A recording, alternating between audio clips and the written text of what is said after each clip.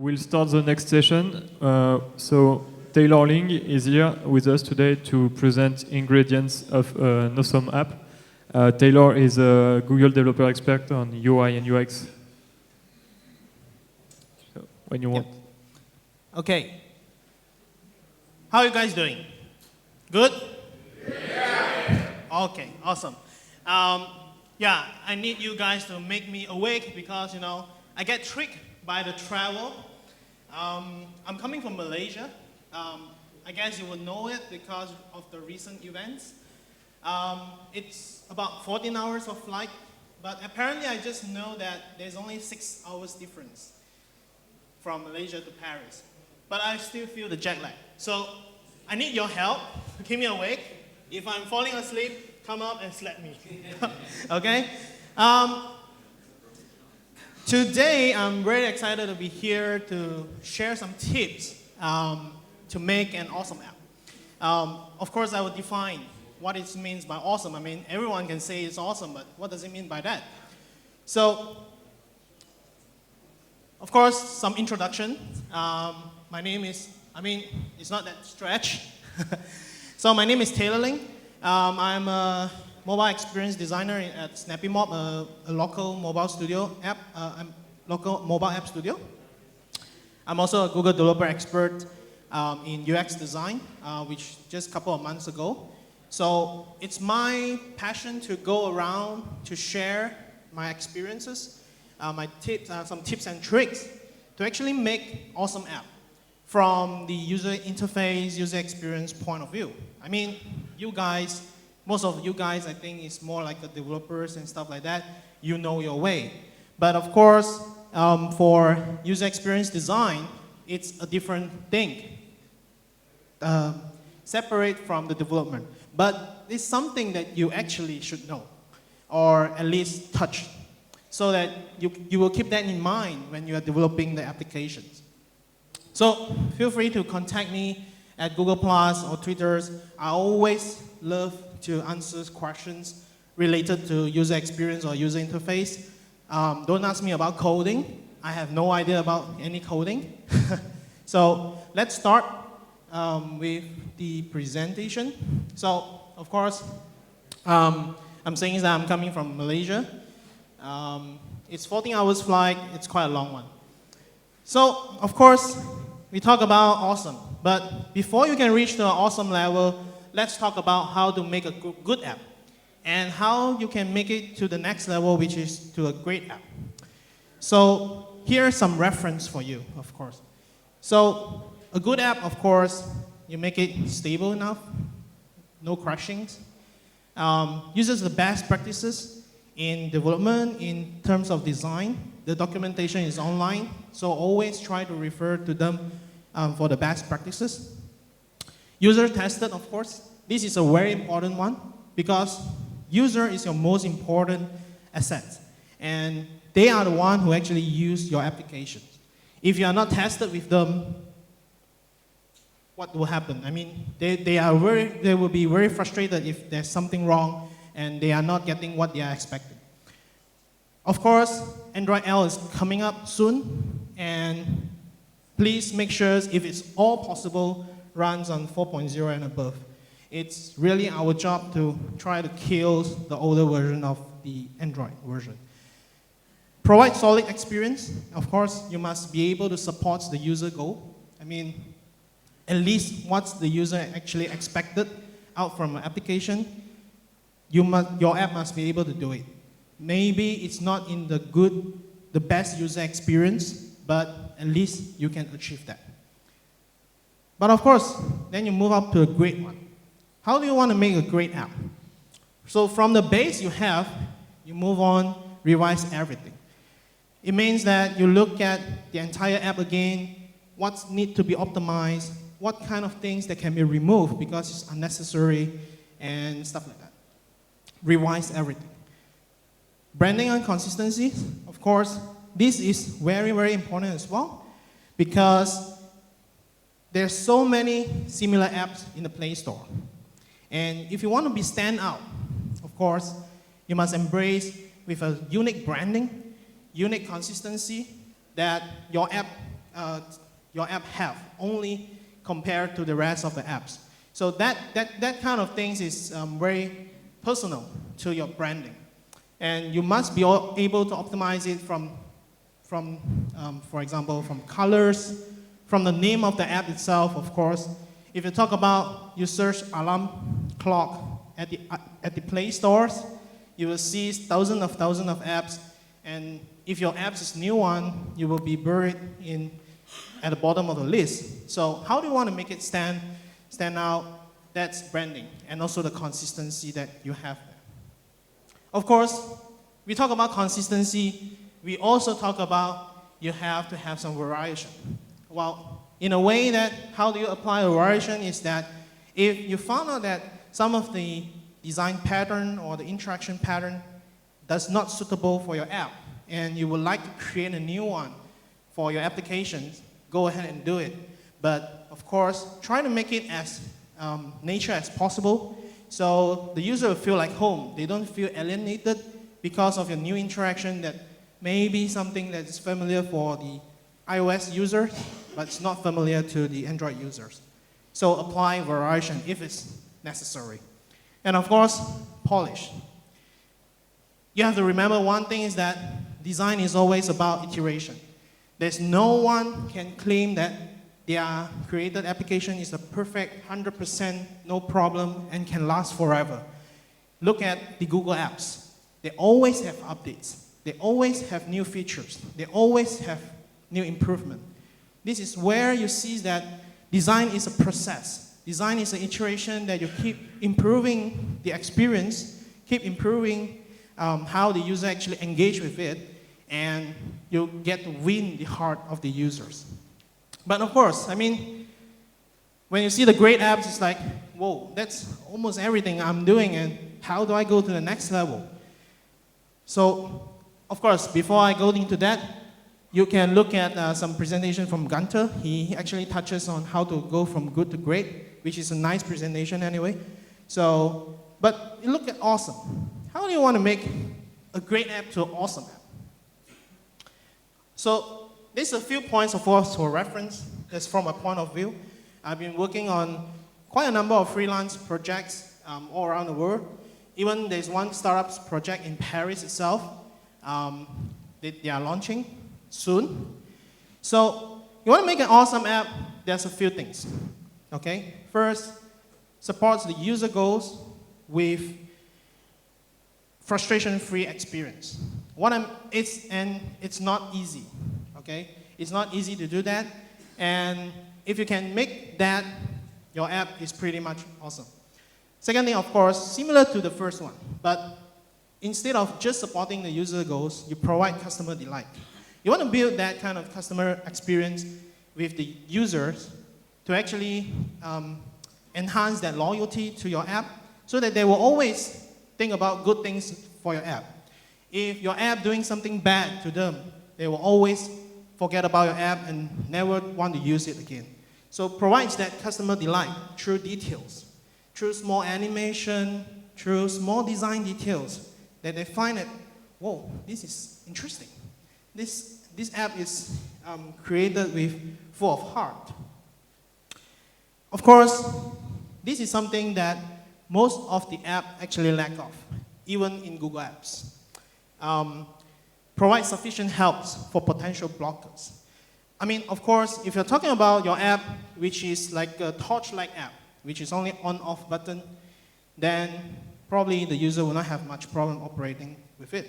But if your app is a professional app that can have a lot of features, most of the time the user will somehow met some blockers in a way, and you want to provide that help at the moment that the user actually have the problem. And of course, your app must be able to empower the users. So for example, if you're talking about a calculator, how can it be empowering the users?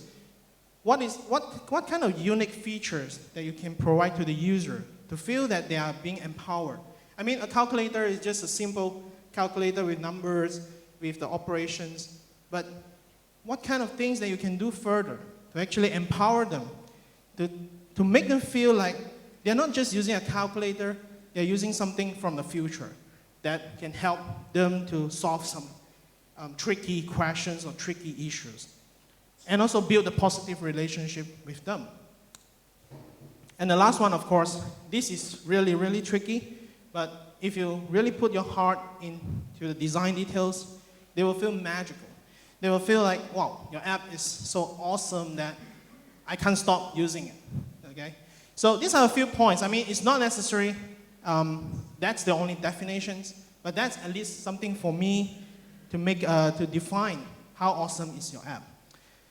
So the first thing, of course, if you want to make an awesome app, you might have noticed is the animation or the transitions. Especially in material design, if you see the concept of paper and ink, the paper can transform. The ink can flow from one paper to another paper. And why is that? Why is that necessary to do that in material design? Why is it not in holo design, but in material design? So you want to know why animation is important. First, of course, it will be able to provide continuity experience, which is something that has been lacking in holo design, because we do not talk about how a certain element transforms to another element without having a new activities. So that actually creates disconnection, that the user might be confused what's actually happening on the screen. So provide a continuity experience is very important because the user will not need to think. They already know what's actually happened on the screens once the interaction is done on the screen. Of course, the second point is you can capture the user attention and help them to focus on the things that is important. Okay? Third thing, of course, feedback for interactions. I mean, I will talk about feedback a little bit more in the second point, but animation or transition is very important because it tells a story or tells something to the user without the user actually process it. There's no heavy loading processing needed for them to understand what's actually happening on the screens after certain interactions. They are able to give information. Animation is able to give information without text. Without heavy text that you have to tell the user truth text and stuff like that, you don't need that. With a proper animation or transition, you will be able to give information such as the spatial relationship between two elements and also the functionality of your applications.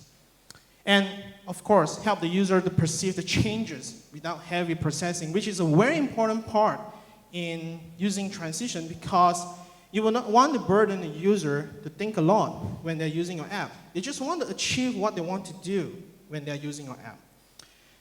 So, but some rules, of course. These are rules that is very important, very obvious, but very tricky to achieve all of them. But the very first thing that you have to take care is the animation or the transition must be purposeful and informative.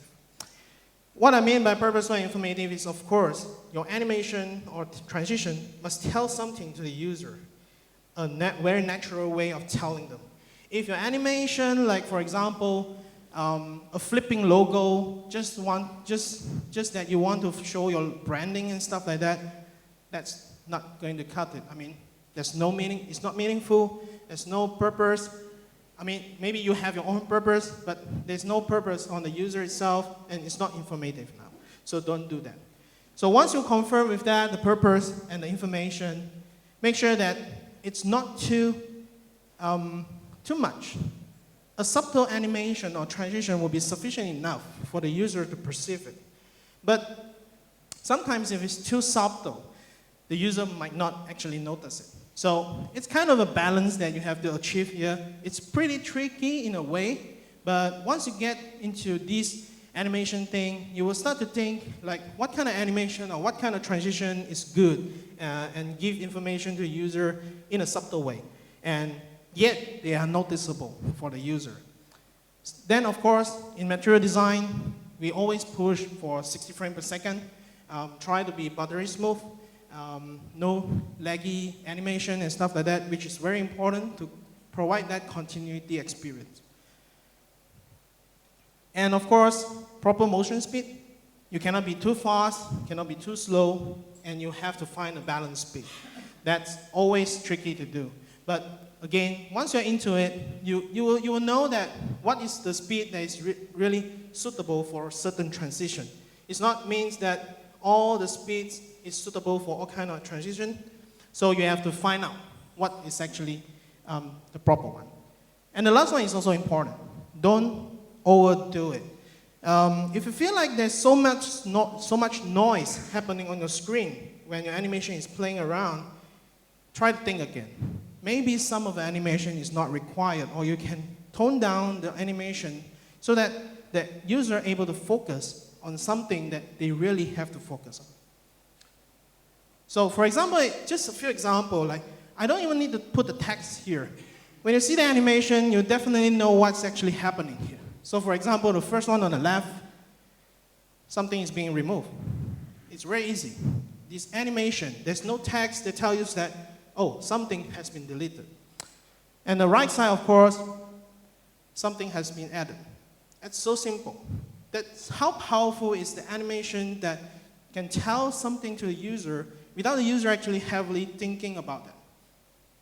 So something like what you see in the mature design, for example, that some paper is actually transformed into another paper with additional information.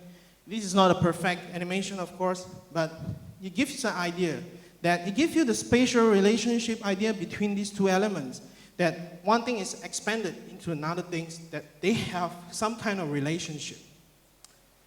Then, of course, some very subtle details, like the one that you can find in the Gmail app, the animated ticks when you tick on the pictures. That kind of animation, the transition happens right after your interaction. It's really good to give you the confidence that you have touched or you have selected something. And of course, look at here, okay? A very subtle animation, which is something that you can see on the app of a Captain Train, that capture your attention on the new features that you haven't tried before, but it's not disrupting any user experience. It just gives you a very subtle hint that something is new for you to try out, that you can play around with it. And of course, another example that you see is from one list to another list, and you can easily see what's happening without any text. So I would really encourage you to just play around with tons of apps. That's what I'm doing, of course. But for you guys, it's also important to play around with different apps to explore what kind of transition animation that make them so unique, that what kind of things that tells through that small animation. And crafting an animation is very important, of course, in material design. Some of the things, of course, has been built in, like the ripple effects and stuff like that, but that's not enough. It's something that you have to explore and create more good animation and transition to enhance the user experience. So the second part, of course, is the feedback, which is something that I really want to focus more here today, because it's a very important one. What kind of feedback you're talking about, you might ask. So this kind of feedback is that the information that the user should know when the user is actually interacting with the interface or not interacting with the interface. So for one example, so yesterday I was walking around in Paris thanks to my friend. So I noticed that there's no timer on the traffic light for the pedestrian. So is that a problem? Yes, of course. So when there's no such feedback to you, a timer that tells you that you should cross or not, when you see your pedestrian light is in red and then your traffic light is in red, so you will be guessing like, should I cross? I mean, what's happened? Is it the pedestrian light going to turn to green or something like that? So imagine if you are someone elder and then you walk halfway, should you walk back or walk further? That's something not really good.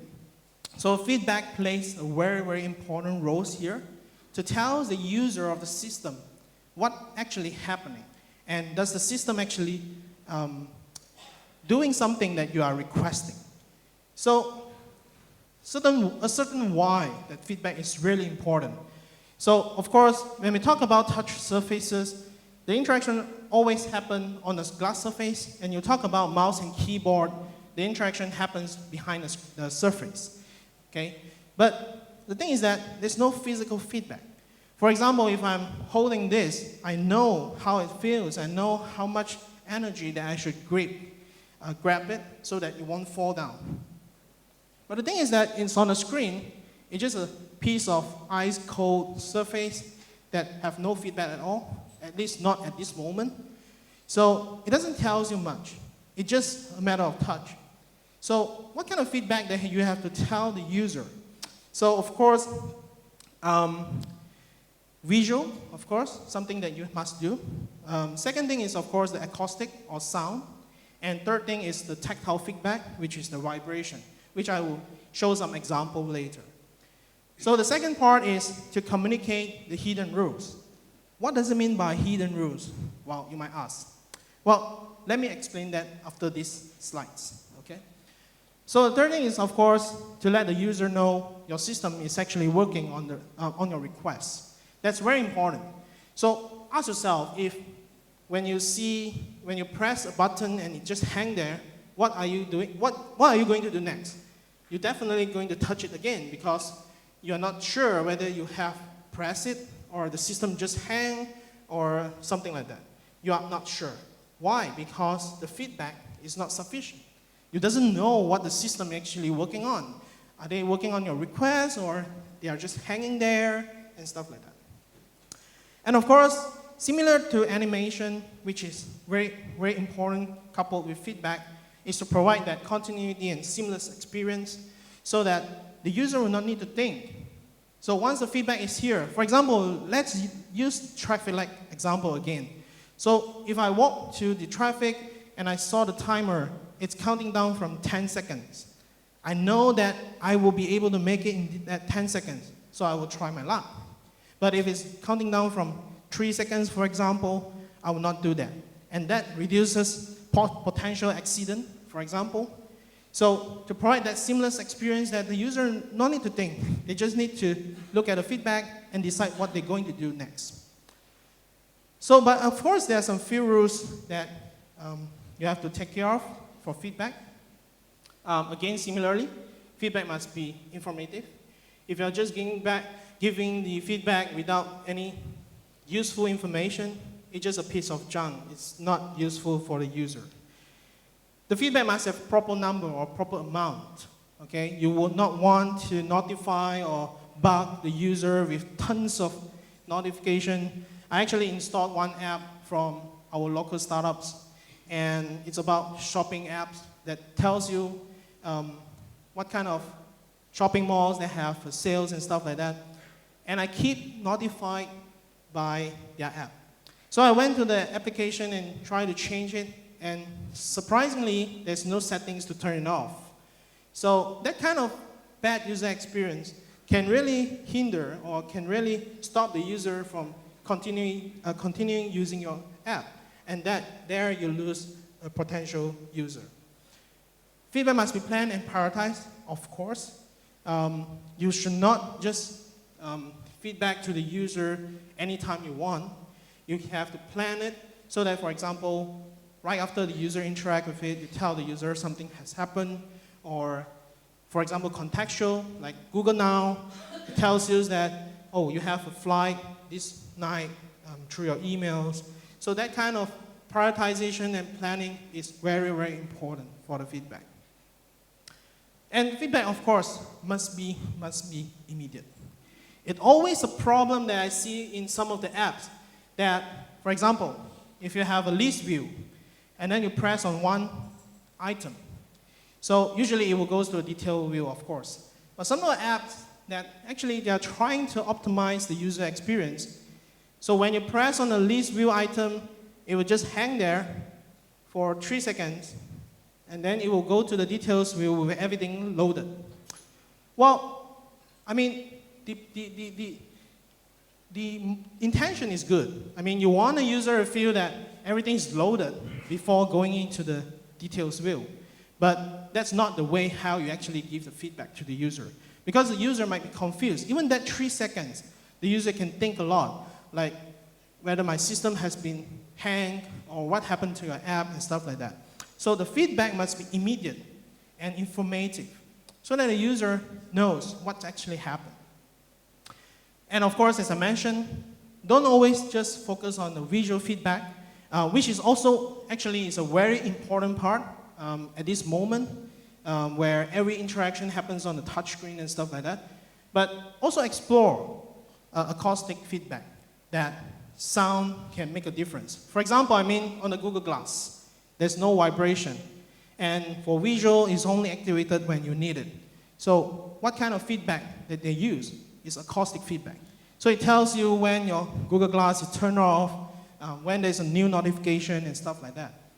And then, of course, tactile feedback, like the vibration motor in the devices. You can make full use of it if you think it's required. So always explore the feedback. So let's talk about a little bit on one of the points I mentioned, to communicate the hidden rules. What does it mean by that? So it's actually from this book, Micro Interactions by Dan Safer. I really recommend you to get one of these and read through it if you can. It's a really good book because micro interaction happens in every single app, in every single device, and it's just a small chunk of interaction that can change the whole user perception on your products. So micro interactions, Dan Safer says that in this micro interaction, there are 4 parts. So first, of course, it's a trigger. Okay, let's make it easy. The trigger on the touch screen is when the user actually touches on the screen, tapping on certain buttons, for example. So then you have some rules. And these rules are actually the one that we set. It's not something that the user will know. For example, if you set the rule or you write in the coding saying that if the user press this button, stop this activity. And maybe you are the one who know it, but the user definitely will not know it if you are not making it clear. So a proper feedback definitely is very important to tell the users what potentially or what will going to happen next when the user interact with that particular element. So feedback.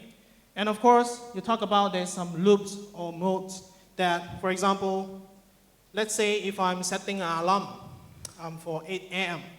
and should this alarm clock go away after a certain hours, or it should stay as long as the user doesn't turn it off, that's the modes or loops that you setting yourself. It's like a meta rules that actually controls the rules.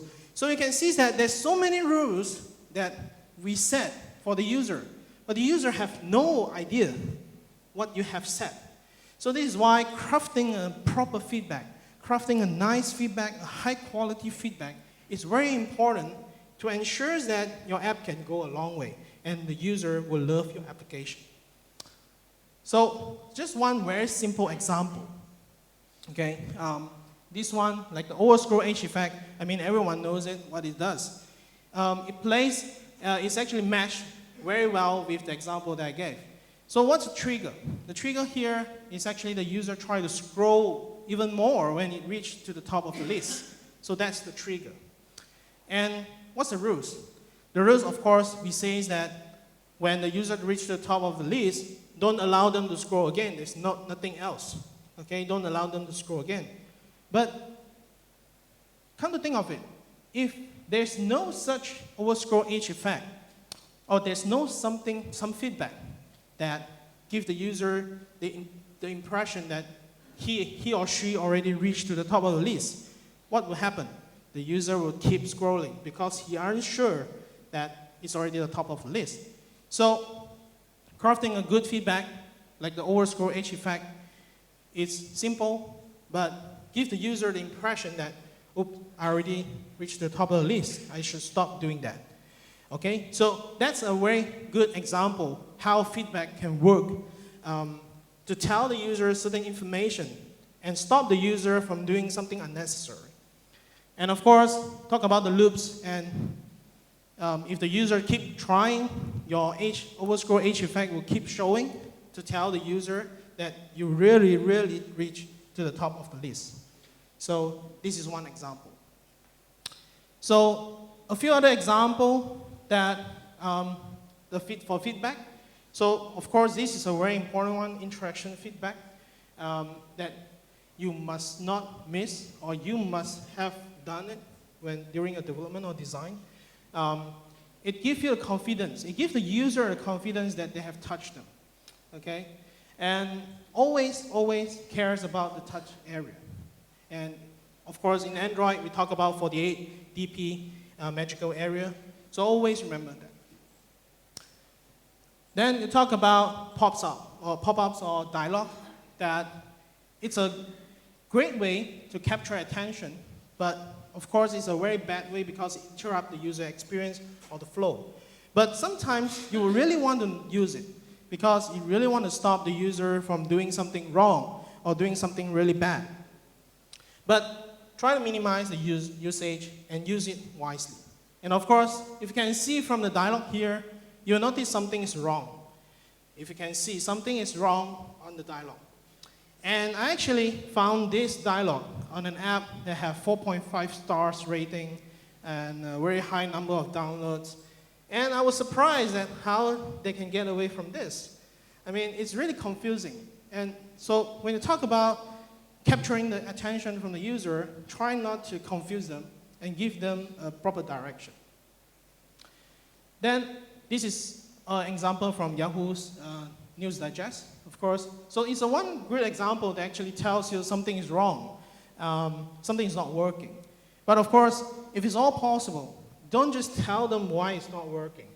If it's possible, suggest them what they can do next. For example, in this case, they provide you a reload button. So you can try again to see maybe something wrong with your connection and stuff like that. But if it's something that the user can be avoided not to do it, try to avoid it. Try not to allow the user to actually execute the error. Then, of course, loading indicator is one of the feedback that is very important. Of course, we hope that we live in the ideal world that there's no loading required. The speed is so fast that everything loaded in seconds, but it's impossible. So loading indicator plays a very important role that tells the user that the system is working on your request and they are trying to fetch stuff. But of course, if you can, try to mask the time-wasting experience into something delightful. Like for example, in this case, the Mosaic app from Roman Nurek, one of the famous Googler that does good design stuff. So this kind of experience that the user will even stare at the loading screens without feeling frustrated because it's so beautiful and it's kind of masked that the user doesn't know that it's actually wasting time to wait for things to load. But of course, if it's the best one, try to avoid loading by doing preloading and stuff like that. Now, of course, empty state. It's a thing that I always see that many apps is not handling properly enough. This is one example from radio that is really bad example here, of course. You can see that there's a question mark, there's an empty, and I have no idea what I'm actually done wrong and what I can do next to rectify this. So it's a very bad example here. So if you can, try to give the user some actions or tell properly the user what's happening so that the user will be able to respond to it, the empty state. So it's not a job for the user to figure out why it's empty. So another example, of course, here I'm talking about the acoustic feedback and the tactile feedback. If you have a stock Android, try to play around with the time selectors here. You will feel that the vibration is actually working on the request and telling you you are selecting something, which is very important because besides the visual feedback, you actually get to know that the system is actually working on your selections. And acoustic, of course, talk about Facebook Messenger. They actually did a very good job in giving a very playful sound as a feedback, like when you receive the message, when you send the message, and stuff like that. That's actually improve the user the engagement, and also improve the user loyalty. And also, of course, kind of feedback that they will immediately know what's actually happening. Third thing is help. Of course, you talk about help. It's kind of help from you to the user. Why is it important? Because, admit it, users are lazy.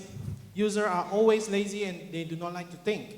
So this is why we always push for consistency. We push for design pattern consistency because the user, once they learn something, they will tend to use it for any other apps. And that's a great thing because they do not need to learn again to operate your application to achieve what they want to do. So these users always require waypoint to actually achieve something. So help from you is always needed. Sometimes new users are always curious about the value that your app can bring. So you can do something about it. If you talk about simple apps, maybe the user will not need help. But if you talk about professional applications that, for example, a voice recorder that have tons of feature in it, the user might need help sometimes. Because, I mean, I'm pretty sure that some people will say, nah, if your application needs a manual or help, it means that your design sucks. No, it's not the case. It's not the case for an application that can cater for different industries. And also, for example, like, I mean, Microsoft Office, like Microsoft Word, it has so many features but it's actually catering for different professionals. So you will need some help or guide for different people to access certain features. And of course, the last thing is really important that the user always rely on the default settings. So try to craft the default setting in a way that it will actually match with I mean, you don't have to match with 100% of the users because it's impossible, but try to make the default setting good for the majority of the users. But of course, some rules, okay? The help must be genuine. The help must be planned and timed well. Must be simple and efficient. Otherwise, it will be taking too much time of the user and wasting their time, so bad experience. And it must be user-oriented. So for example, in this case, quick tutorial to give a brief introduction to the user about the value that you can bring to the user. And please remember that this is not the way how you actually introduce how to use your app. This is just a quick onboard to tell the values that the user can get from from your app and allow them to skip it, of course. If you want to showcase something that you want the user to actually attend to it, you can use something like the showcase view or something like this to give them the good onboard experience that doesn't burden them when the user launch your app. Then of course, the user sometimes tend to forget something and try to make something as forgivable as possible, so allows them to undo stuff if it's not something critical. And in this case, confirmation is required for very crucial decision. For example, in this case, look at this guy that talk about a file manager. So he's talking about, I just lost all my music because there's no delete confirmation. So maybe the user just want to copy to a new folders or stuff like that, but he mispressed the delete button and everything's gone without any notification, without any confirmation. So that's a really bad thing. And of course, try to always embed the help sections in your app if it's possible and make it offline. In one bad example, of course, in most of the Google apps, they actually requires internet to access the help sections. So if it's possible, try to make it offline for the user. Then, of course, cares about the default settings. It's very, very important that because 95% of the user will rely on your default settings.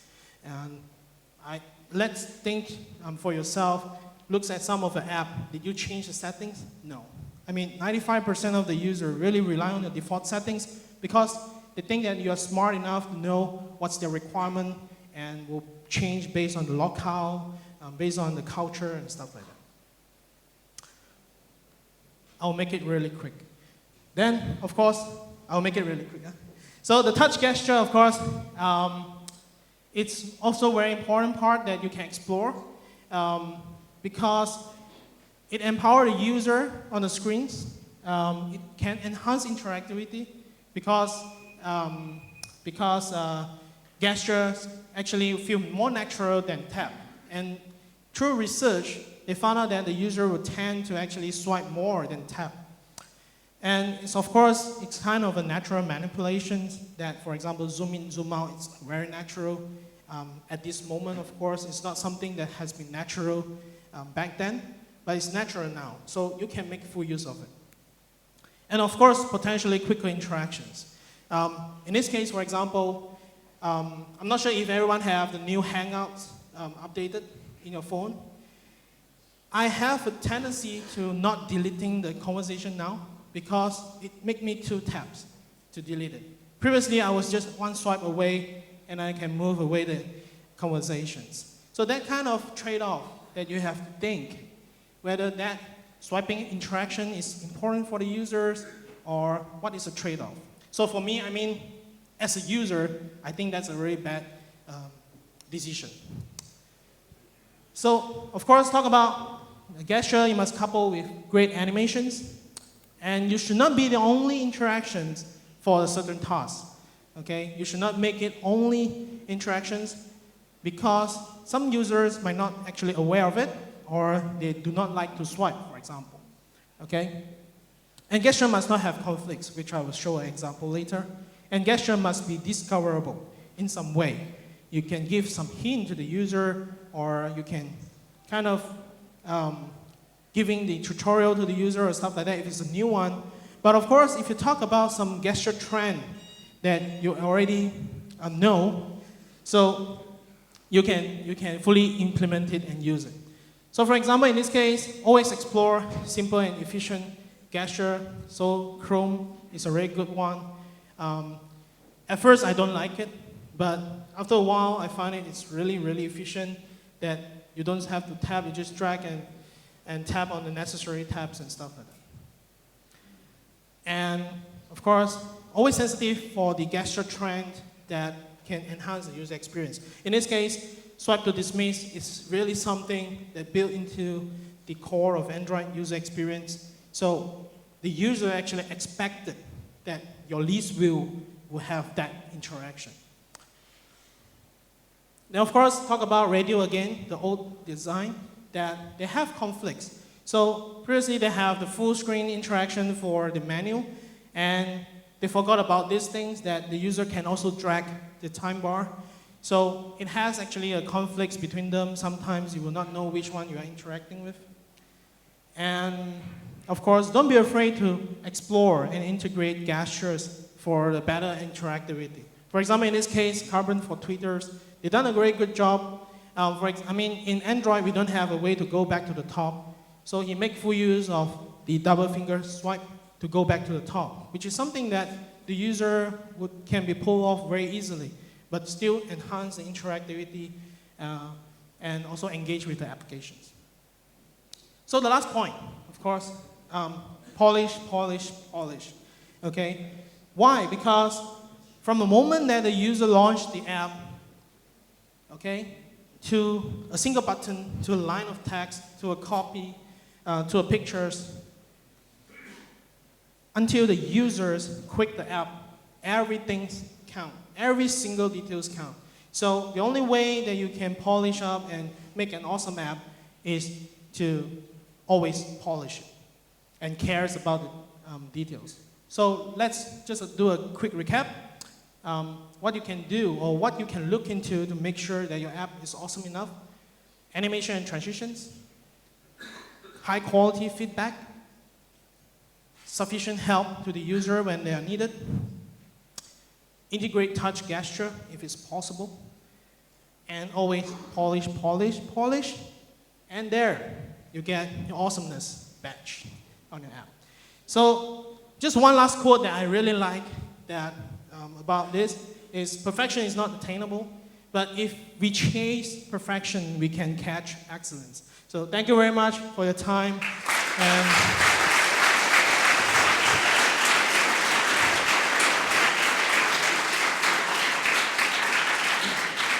And I hope it helps. Okay, thank you.